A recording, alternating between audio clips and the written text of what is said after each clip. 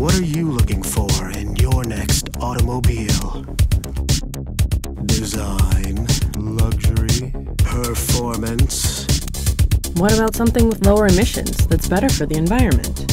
Faster, sleeker, and greener. Meet today's new breed of electric car.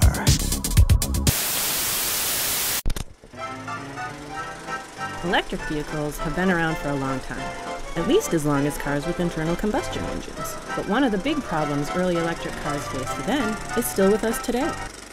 How do you haul around enough stored energy to get where you need to go? Most cars carry potential energy in the form of fuel, but electric cars depend on the energy you can store in a battery. Think about a rechargeable battery. Usually when you get it, it's dead. All the ions and electrons inside are comfortable and exactly where they want to be. But then you change the situation. You charge it. Electricity makes the lithium ions move from one part of the battery to another by changing which material the lithium wants to hang out with. This is like if you push a boulder up a hill or pull back the arm of a mousetrap, except the electricity is doing the work for you.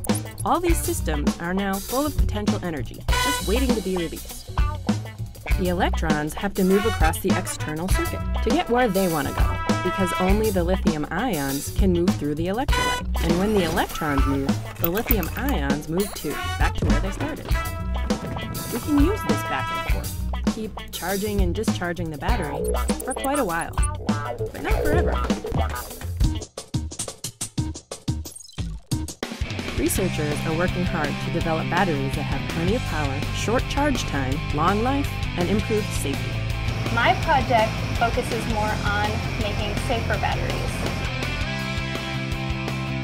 Everybody knows that lithium-ion batteries are very powerful, and that's what makes them desirable for, cameras and cell phones. When you make a powerful battery that's big enough to power a car, it's dangerous, and the components inside have the potential to catch fire or explode even. Most lithium-ion batteries contain a great deal of cobalt, but this material contains no cobalt. And cobalt is toxic. A heavy metal and very bad. Yeah.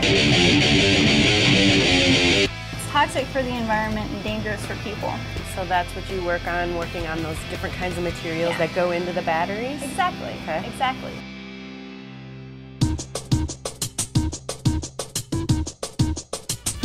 Over at MIT, a team of engineers has replaced the gasoline engine in this classic sports car with an electric motor.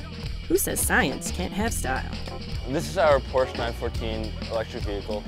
It's run by pure battery electric power and you use an electric motor to drive. This car is better than gasoline cars because it runs off pure electricity with zero emissions, meaning it's a lot cleaner and a lot more environmentally friendly.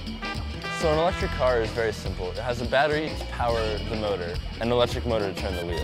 Additionally, there's a charger to recharge the batteries. That's pretty much all there is to an electric car.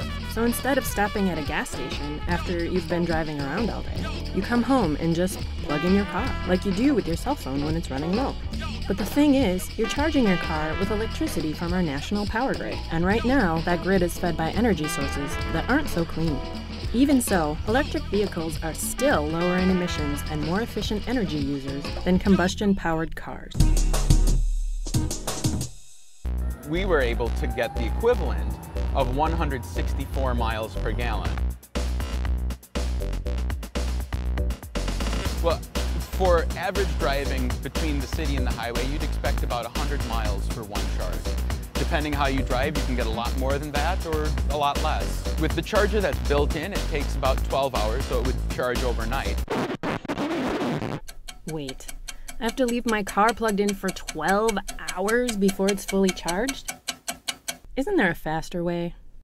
We're currently exploring rapid recharge as an option as opposed to charging overnight. The idea being that you can charge your car overnight like any other electric car, but also charge it in 10 minutes if you need to go on a long distance trip. Go home after driving around 50 miles, charge the car the rest of the way, and drive the next day. But if you need to go on a long distance trip, say from New York to Boston, you can drive 200 miles, stop for 10 minutes and recharge and continue on your way.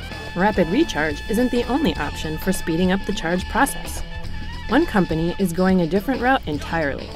building battery switching stations to get you back on the road in less time than it takes to fill up your gas tank. This all sounds good, but let's talk speed and performance. How do electric vehicles compare with other kinds of cars? So this Porsche, unlike the original Porsche, has a little less horsepower, but it has a lot more torque.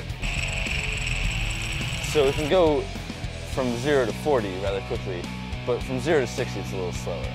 It still reaches a top speed of close to 100 miles an hour. There's no real limit to it. The electric Porsche would probably beat the regular Porsche off the line and the red light. Huh, not bad. As concerns for the environment and rising prices of fossil fuels continue, we're going to see lots more electric cars hitting the road, in all kinds of models and sizes. Who knows? Thanks to improving technologies, someday all our cars might be sleek, shiny, and electric.